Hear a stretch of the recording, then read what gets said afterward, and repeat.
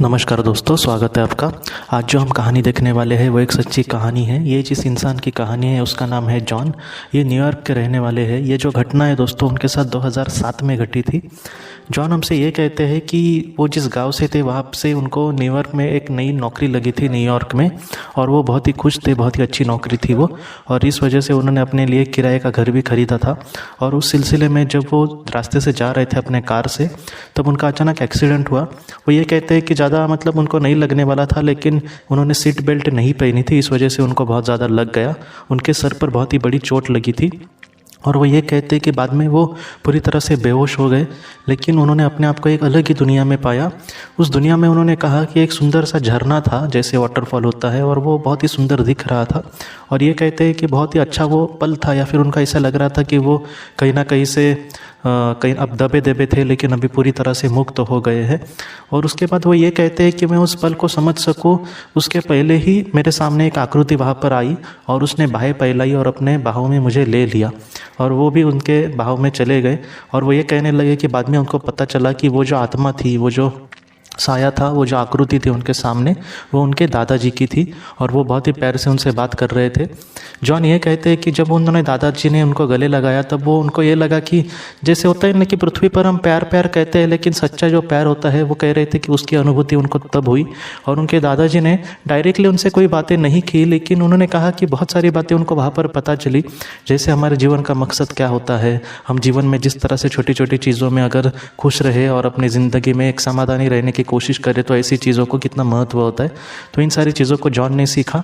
और उसके बाद उसके दादाजी जो थे दोस्तों, उनकी आंखों में कहीं ना कहीं एक ऐसा दिख रहा था कि अब उनको छोड़ के जाना होगा जॉन को। और इस तरह से जॉन भी उसके लिए तैयार थे, और जॉन ने कहा कि मैं ज़रूर जो भी मुझ पर जिम्मेदारी दी है, जितना हो सके मैं उसका मतलब उसको पूरी करने की ज़रूर कोशिश करूँगा। और उसके दादाजी ने उसको विदा किया।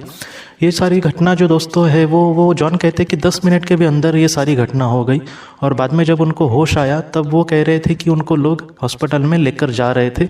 मतलब एक कुछ ही वक्त में ये सारी चीज़ें हो गई थी। और वो ये कह रहे थे कि उनकी गाड़ी को भी इतना एकदम बहुत ही ज़्यादा नहीं लगा था, लेकिन अगर वो सीट बेल्ट नहीं पहनते तो ज़्यादा उनको कुछ भी नहीं लगता था। लेकिन ये जो अनुभव है, जॉन यही कहते हैं कि अच्छा हुआ कि उस वक्त ये जो अनुभव है उनको हुआ। और जॉन ने सब लोगों को ये भी कहा है कि आप ज़रूर सीट बेल्ट पहने, क्योंकि कभी कभी छोटी चीज़ होती है, लेकिन वो बहुत बड़ा नुकसान हमारा कर सकती है। तो जितना हो सके हमें अपनी सुरक्षा भी करनी चाहिए। और जॉन ने कहा कि ये जो अनुभव है उसने उनको ये सिखाया कि जीवन में कभी कभी बड़ा कुछ हम करने जाते हैं, उससे अच्छा ये है कि छोटी छोटी चीज़ों में भी हम अपनी खुशियाँ ढूंढने की कोशिश करें और जीवन में आगे बढ़ने की कोशिश करें।